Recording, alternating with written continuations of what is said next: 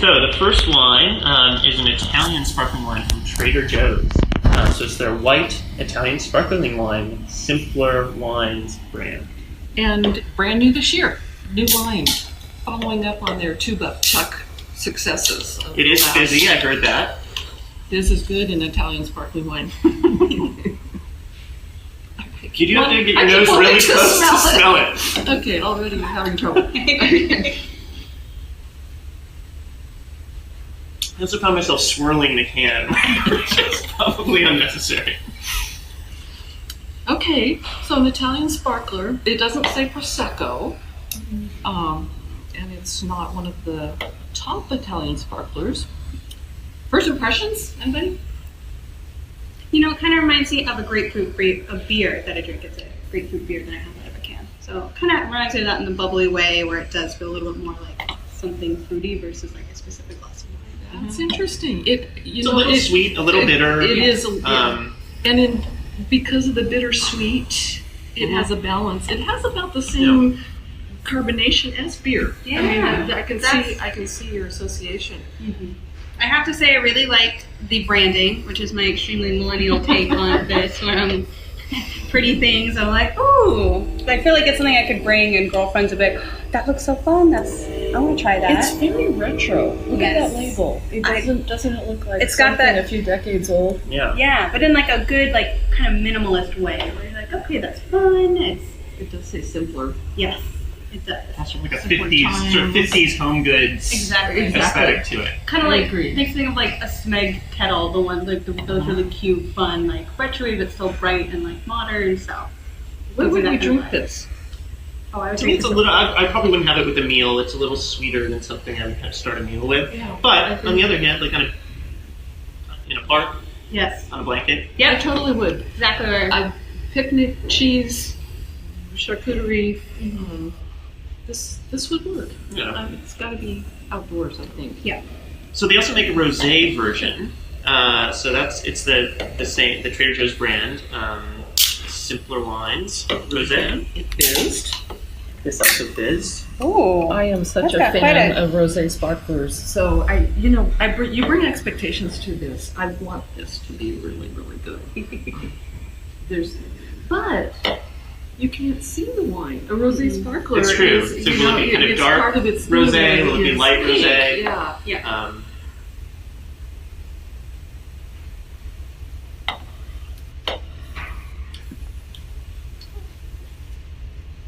not as carbonated. It's a little flatter. Yes.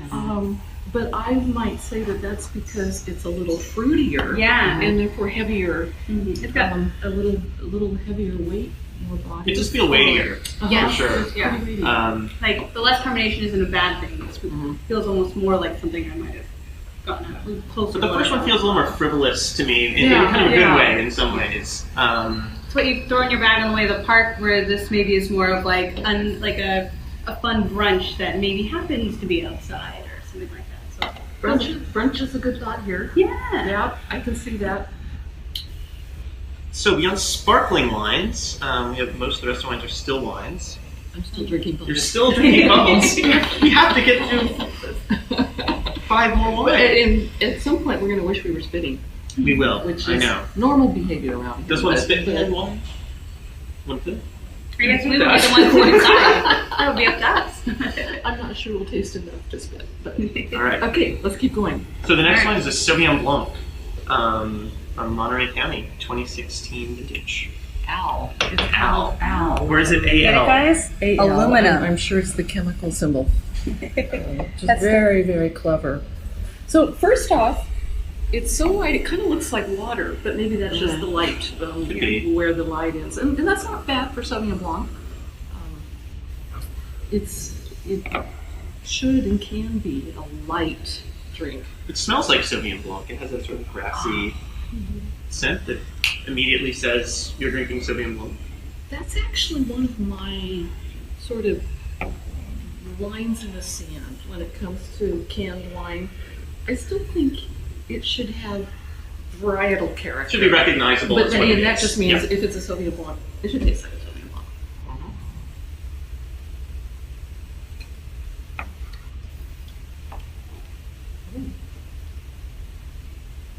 It's pretty solid. It's solid. That is a really good word. It is solid. It has good balance of fruit and acidity. Tastes like a Sauvignon Blanc. It doesn't feel heavy. It has this kind of bright grapefruity aspect to it. It's good on citrus with some pear and stone fruit coming in. Do we know where it's from?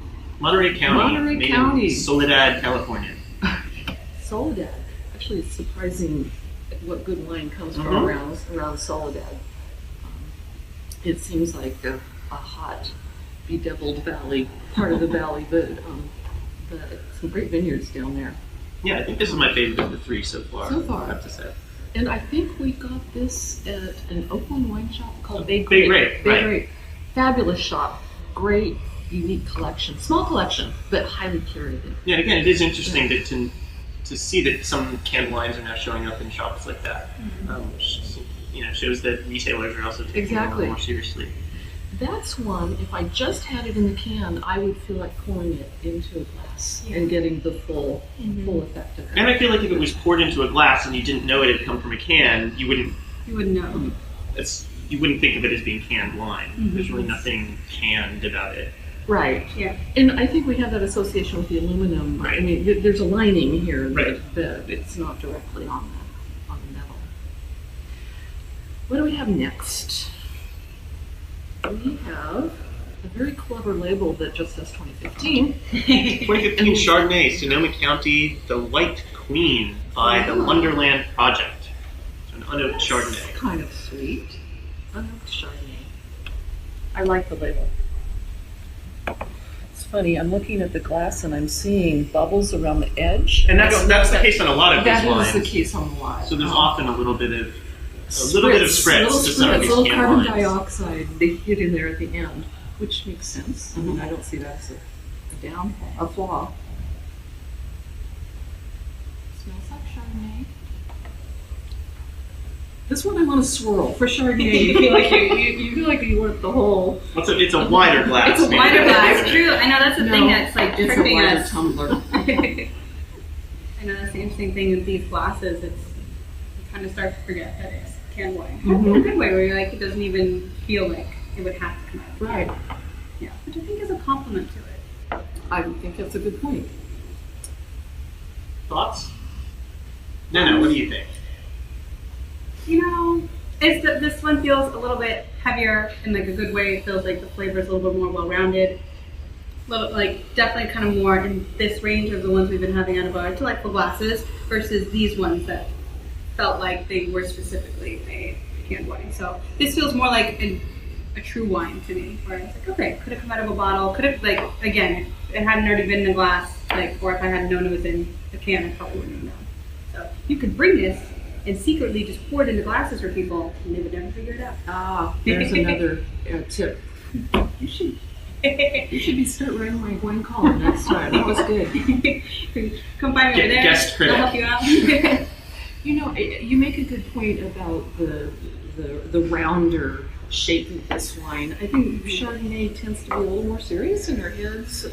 It's a rounder, slightly bigger mouthfeel wine, but this doesn't have all the dressing of the oak and maybe that secondary fermentation that's called malolactic fermentation that changes those sharp malic acids, like the green apple acids, into rounder, buttery ones. I think they probably maybe skipped that or did partial here. Partial, because it does seem some unoaked Chardonnay can be so kind of lean and crisp. This seems like an effort to make a somewhat kind of rounder unoaked Chardonnay. So I was surprised it's a little bit more kind of caramelized and rich than I expect from a Chardonnay that's branded as kind of unoaked. So it's sneaky that way. Yeah. And I know we were talking about how the unoaked, but well, that makes sense. That might be strange to have that oaky flavor then paired with your aluminum can. So it feels like it's a good approach for their packaging. Yeah. No, I think it's a good effort. Again, I think it's solid here. It has those aptly characteristics. And it's a very middle ground Chardonnay style, it seems to me. It will somewhat appeal to people who like a richer, oakier Chardonnay. Yeah. It's rich enough It would hit to both, kind of connect with those both people. notes. People who kind of steer away from Chardonnay wouldn't be too put off by it. I'm usually a steer away from Chardonnay type of person. I was like, oh, okay. It seems like a very moderate yes. style to me. This, to me, it gets to the question of all of those unoaked Chardonnays out there. When they first became popular, sometimes they were just boring. Yeah. Because Chardonnay can need dressing. I don't think this is boring, though. Yeah. And for me, I think that might be because it has a lively level of acidity, even if it's rounder. And interesting enough fruit flavors. Again, solid. I mean, this too came from the same wine shop. They agree. Rosé. Okay, pink. Let's taste some rosé. Pink is a good color coming out of a can. Always. So this is Alloy Wineworks Everyday Rosé. I think that's aptly I named. don't think it says anything about the grapes that it's made from, other than that they come from the Central Coast in California. Where many good rosés come from. True. I'm enjoying yet another can pun with the name Alloy. Yes, a lot of can-related puns on these wines. They're going to run out pretty soon. They are. Yeah. We gotta keep an eye on this. Yeah. We'll be If you're here. after a domain name, get out there and buy it now. Again, just a touch spritzy, you can Yeah. see, which is even bottled rosés can sometimes be Yeah. that way. It's So it's not unusual. And we don't know what varieties went into this one. I'm guessing multiple. Yes. Fun red fruit on the nose as much as I can swirl this tiny little glass. What's with these tiny glasses? I know. Gotta keep us in check. We're not spitting, so gotta make sure we get the Little bubble gum and watermelon there.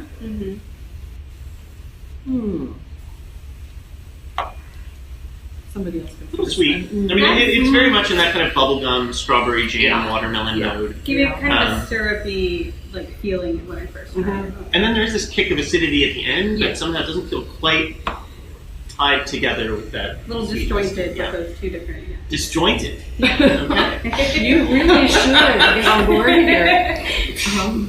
I have to agree. I think we're.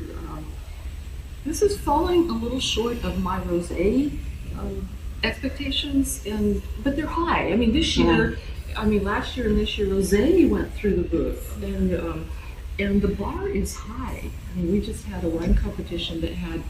I don't know how many rosés entered, and we have a ton of gold medal rosés out of the wine competition. It's like this year you can't make a bad rosé. I'm not saying this is a bad rosé, but it's falling a little short on the sweet end. It could be If a you little think drier, about it a too little much, drier. it'll start to please you a little less maybe. If you're kind of drinking it thoughtlessly on a hot day, there's nothing that's going to be overtly bothersome. Wouldn't be bothersome. Wouldn't bother me. One thing I need though is more acidity in this wine to balance the sugar. Yeah. And you would want to serve it, I think, you want it in a cooler on ice to keep it pretty cool, Very, very which would also combat that sense of sweetness a little bit. Ice cold. That would be better. Yes. Chill can hide a lot of things. Red. Okay, here's a question. Pinot Noir. Pinot Noir in a can. What's We're gonna so find out. special about Pinot Noir? We're here to tell you. What's so special was that movie 12 years ago, 13 years ago. There was just a story, I think, in the New York Times this morning about Sideways, the movie, and what it did for Pinot Noir. And it's delicate, thin-skinned, hard to handle sort of character. Everyone in America these days wants to drink Pinot Noir, apparently. Yes. And now it comes in cans. A lot of my friends who are kind of growing into wine are like, I want Pinot Noir, like very specifically. And I'm like, okay. And That's sort of the that red wine and like rosé. they start with. Yes, In that other and words. rosé are the ones that are like, I like that. Huh. So, which I'm a fan of both of those. So. Right. It's not exactly starting in a cheap spot. No. Good Pinot is expensive. Yeah. I don't know if they always know what good Pinot is right away. What's that? Buy the can and pour it into their glasses. So this is the Underwood Oregon Pinot Noir. So this was actually one of the first brand to become pretty well known for canned wine. And even until a year or two ago, I would say, it was often kind of the only canned wine brand you really see around. I have to say, the nose is very detectable Pinot Noir characteristics. It is right up the middle with that red fruit, cola, spice, and loam. It's interesting they don't seem to mention a vintage. Ah, well, you never know how much of it you'll need. It's true. You may have to pull from last year and next year.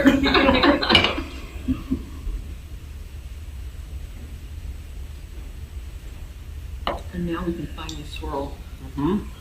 Truly swirl. The wine geeks are finally happy. And actually, this wine is kind of making me happy. I really like it.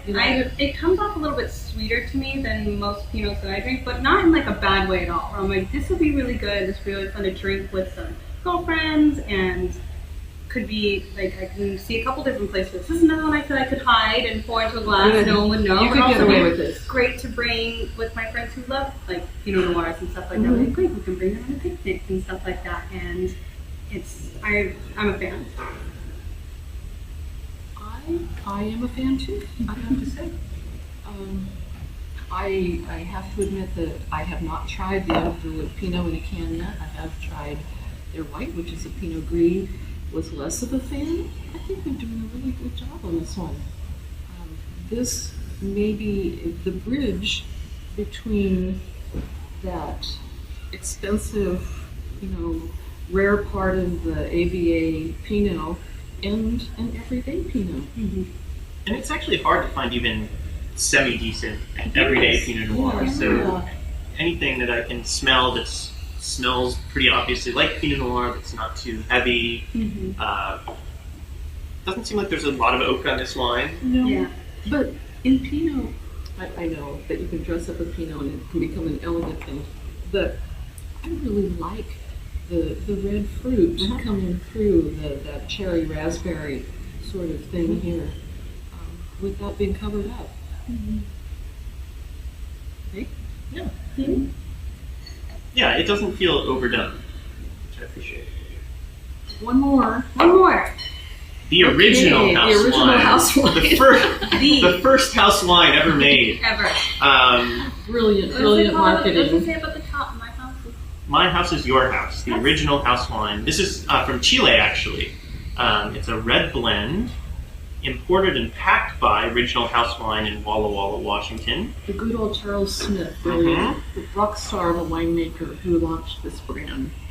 And again, it doesn't say what varieties are in it, nor does it seem to list the vintage. So, maybe that's a hallmark we're running into there. But the brand, even in glass, has always been value for the money. They make solid wine. I don't know that I've had any of their Chilean wine though.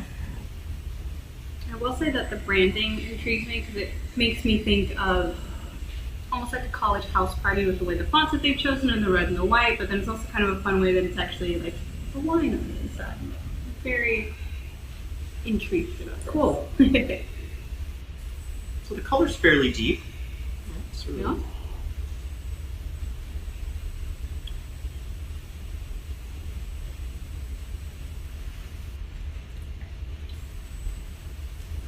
It's hard to pick out varieties here.